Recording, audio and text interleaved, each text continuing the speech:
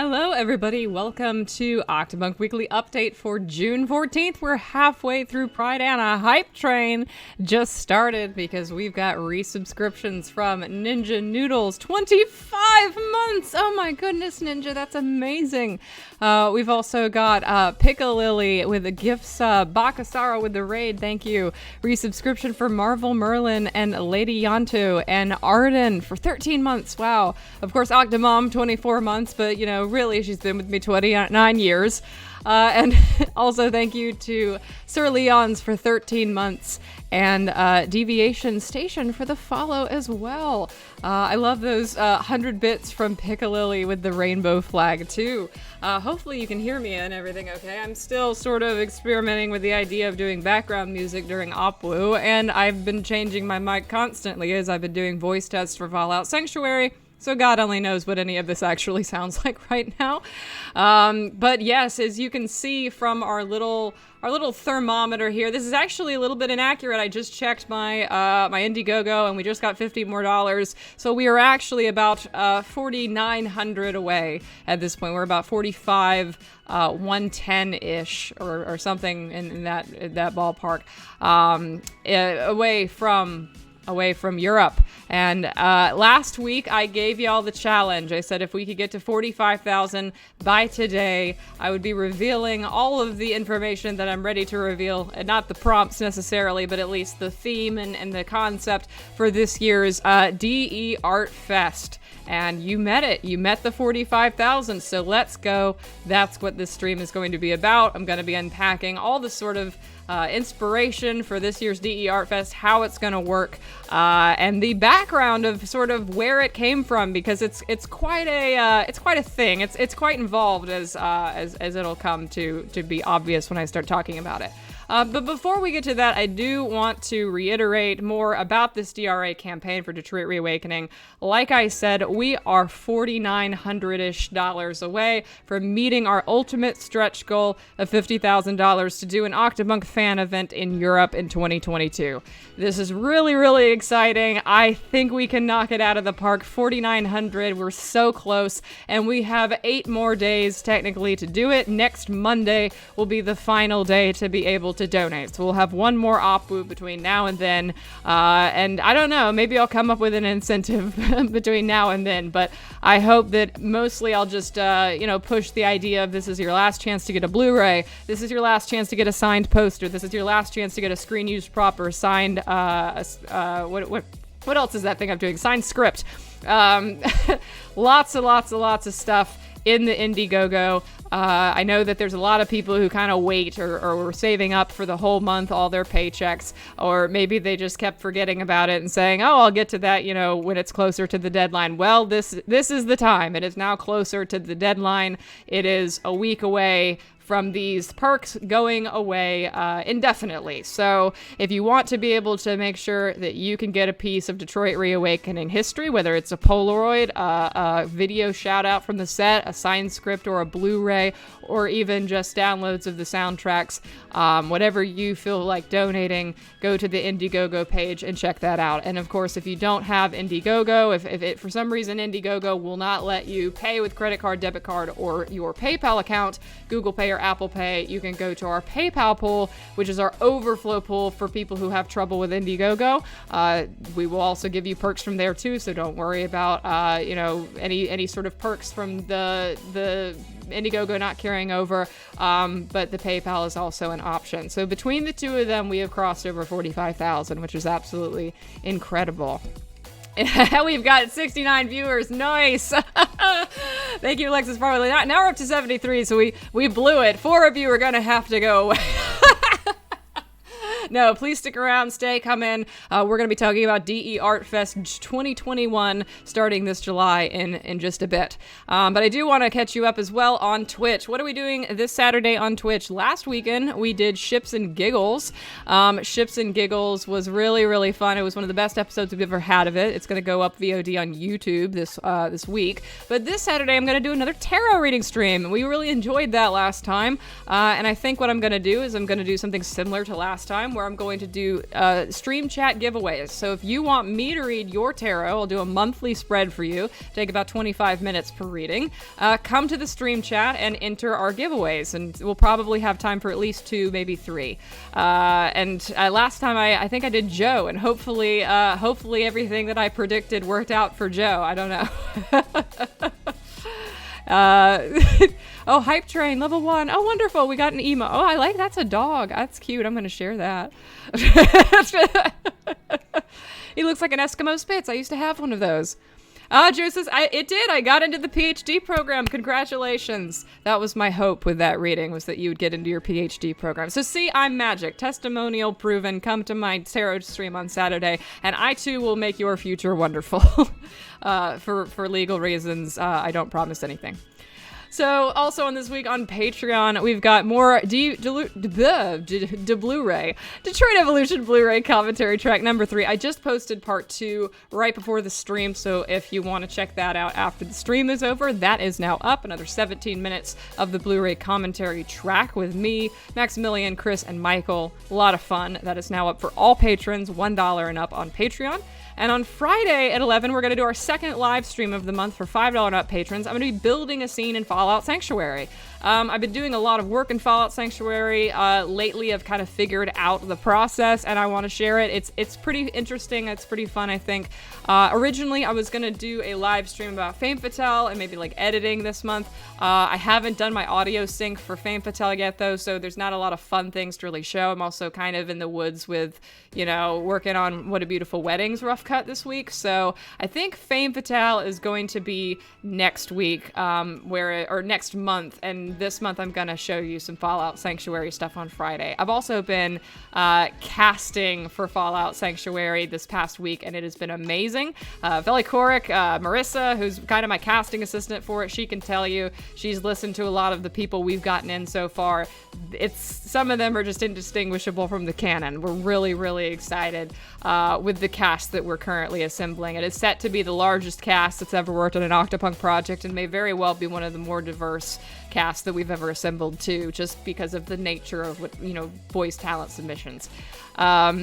As well as, Marissa is the one that got deleted on workshop mode. Okay, yeah, so I built 7 sets in workshop mode, and I overwrote my save apparently. So there's 7 sets that I have not rebuilt yet, so we might be rebuilding things in workshop mode in Fallout 4. I might be doing some set building, but I think what I'm actually going to be doing is I'm actually going to show you how I'm animating the show, how the animation works, how the script structure works, how you put custom dialogue on the existing characters, that kind of stuff, which I hope is interesting, because I think that it's a process that I really want to demystify for everybody, because it was something that I had to learn myself.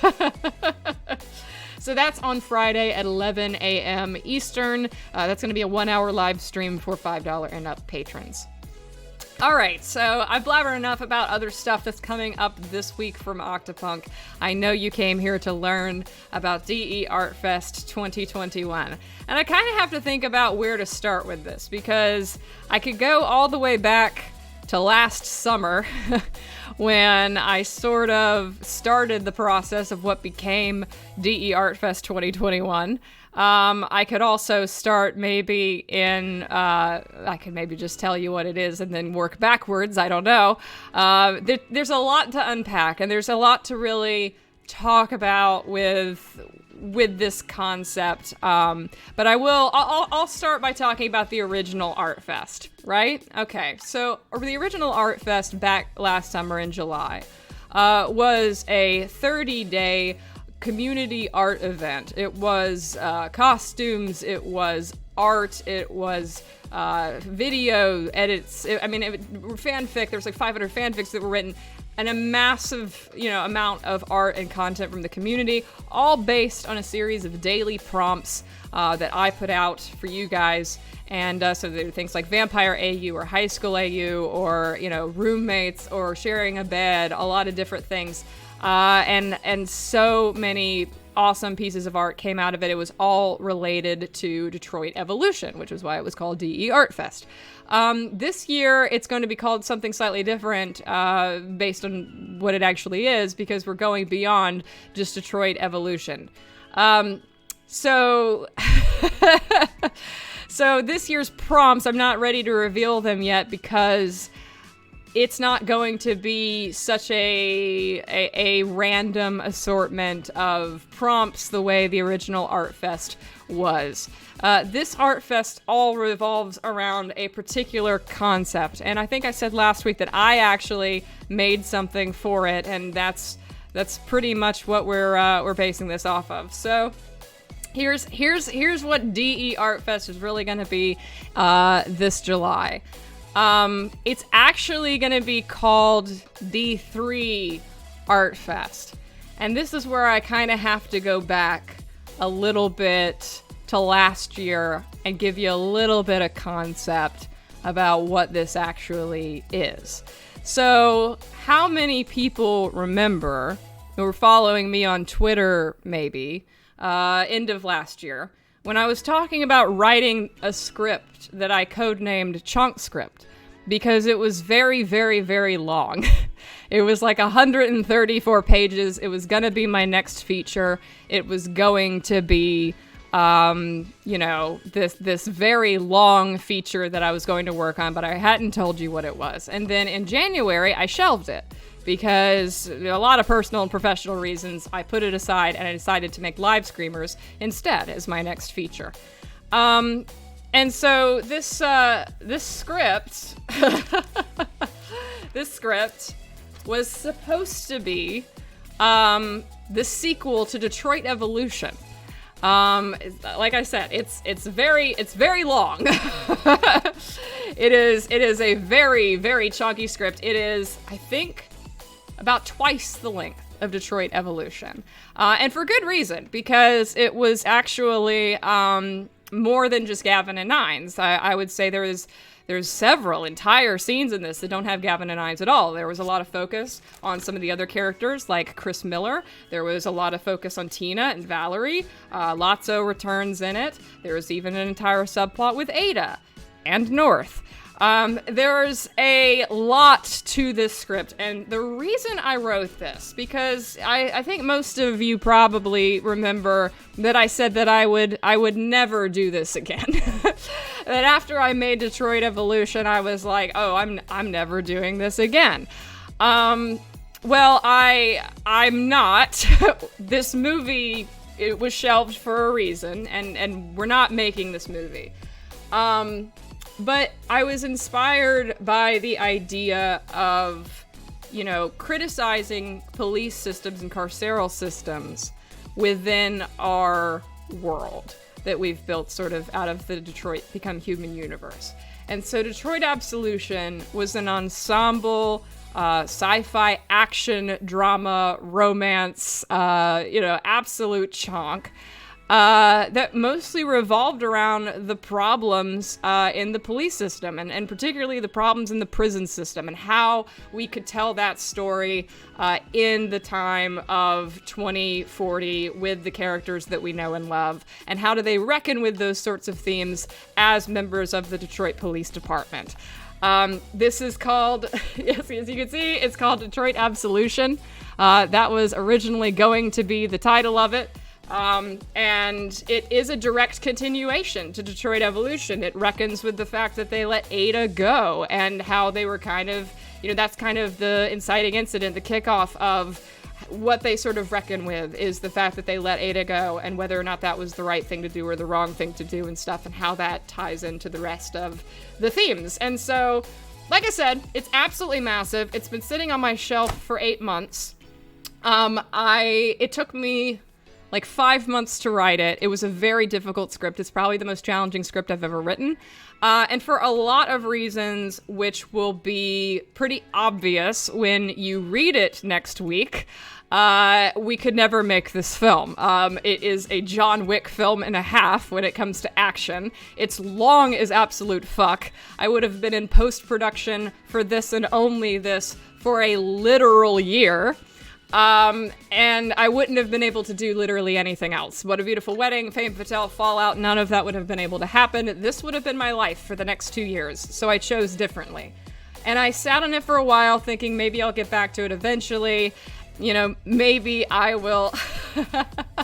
maybe I will actually, you know, make this one day. And as time passed, I decided not to. I decided to make Reawakening instead, and that's, you know, that's going to be our next movie. But I still want to share it with you. And I thought, what better way to bring it to life than to give it to you for D3Artfest 2021. And so this is going to be what we're going to be doing in July. Like I said, in next week, I'm going to share this script to the public, and I think you'll have probably 9 days to mull on it before July begins. I'll be giving the prompts out the week after that, so you'll be able to see the prompts either next week or probably the week after. And from there, we will do daily prompts based on the Detroit Absolution script. And this will be scenes, this will be characters, this will be themes, these will be locations, these will be moments in the script as inspiration for the various things that will come from this script. So essentially, in a way, we will be making a sequel to Detroit Evolution. But we're going to do it all together. We're going to do it in various mediums. And then by the end of July, we will have, you know, many, many, many pieces of art of all sorts of different mediums, however you want to contribute, that we'll be able to look back on and be able to say, that is Detroit Absolution. This is the sort of unofficial / official / sort of canon crowdsourced collaboration of, you know, the kind of ending to the story of Gavin and Nines and Chris and Tina and everybody else that we know and love. So, this script is currently 128 pages. I have to do revisions on it. There's actually a couple things that I cannibalized out of it that ended up in Irrevocably Linked in Detroit Reawakening. So there's a couple scenes I originally wrote for this that will be put to screen in Detroit Reawakening because I repurposed them for that story.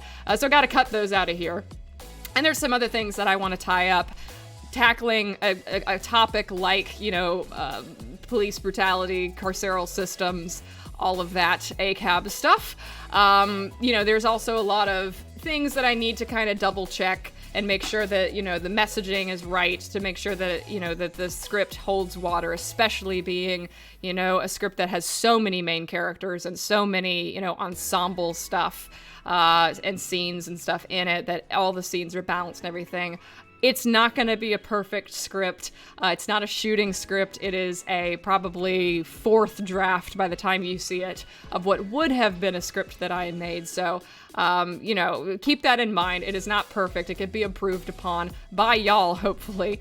But I do hope that it at least gives you some joy, that there's some stuff in there that you really like, that there's some stuff in there that you find interesting, and that you want to immortalize in your own art style and your own contributions. So yeah, that was my idea for D3Artfest 2021. It is going to be D3Artfest starting July 1st. You'll get the script to read over next week. You'll get prompts the week after that, and then at the end of that week, we will begin July 1st, and we'll start doing these prompts and start doing posting once a day all through July. I see a lot of love in the chat for this. I see more Valerina canon. Yes, there are definitely Valerina scenes. Valerie has quite a role to play as a lawyer in it. She has some interesting stuff. The villain of this piece, I think y'all are really gonna love. The villain is very, I think, interesting. There's so much going back and thinking about all the things that I was excited about making with this script. When I originally wrote it, I had so many things that I was like, oh man, they're gonna love this, right? And, you know, it like I said, for a million different reasons, we aren't / can't make this movie when you read it, you will understand why. I kind of wrote a movie I couldn't shoot. I thought I could swing it. But it was more just the time commitment that it would require from me that just wasn't possible. Will we fall in love with the villain again? I hope not. Actually, if you do, then you missed the point of the movie. That's all I'll say about that. I would say that this, last time I made a likable villain, I made a villain who was sympathetic in the form of Ada. This time I wanted to do the opposite. I wanted to make a villain who is completely unsympathetic, a villain who you only want to see be stopped, and you only want to see go away. Completely evil, completely irredeemable, completely scary, a villain you will not root for. You might still simp for them, unfortunately, but I hope that I hope that the story comes across that this is not somebody you should root for. This is somebody who's very, very, very bad. My standards are on the absolute ground. Well, that's good because, again, it's a draft. There's definitely things about it that, I'm probably going to be like, damn, like, I wish I could figure out how to fix, certain things. And this is another reason why we're not making the movie is because there's definitely things about it that I think if I'd put it to screen, it wouldn't have worked maybe, or I would have felt like, I just couldn't figure out that plot hole or whatever, and I worked at it for 5 months, and I looked at it from every other fucking angle that I could possibly imagine, and I rewrote it this way and that way. The tapestry of the story was very complex and very difficult to perfect, and near impossible to perfect. So, it's gonna be flawed, but I do think there's at least something to love in there, and something that isn't worth throwing the baby out with the bathwater, so to speak, that I think that you can take it warts and all. I hope that you take it warts and all. And, Joe says, I wasn't expecting Ada North in this. Well, I mean, if I was gonna have Ada in the story, clearly I needed to go in that direction because everybody would be disappointed if I didn't. So I was like, yeah, whatever. Well, let's make it canon. Nothing matters, everything's made up. So yeah, in this case, look at this. Look at that. I'll give you a little bit of a oh my gosh, I just realized how many notes I have. Look at all that highlight, all those revisions I'm going to have to make this weekend. Oh well. But this is still going to come out next week, probably after OpWoo next Monday. So keep an eye out for that. And also keep contributing to this Detroit Reawakening campaign. We can get $4,900 to the $50,000 goal by next Monday for Europe. I think we can absolutely do it. We can get there, and we can all celebrate by reading this absolute monstrosity of a script. So all of the lesbians, yes, there's a lot of lesbians in this movie. There's a lot of lesbians in this movie. I don't know if there's many straights in this movie at all. But anyway, that's all I've got today. Thank you so much for joining me for this special edition of Octopunk Weekly Update. I see something from Lovely Heart. Michelle wrote a draft for a script for a third movie, but for time you just recount. Okay, whatever. Yeah, watch the VOD. I'm about to post it on YouTube. It's fine. Happy Pride Month. Bitches, which was apparently added by the Automod. Autobot is useless, I swear to God. And as always, stay great, hydrate, and have a happy time zone.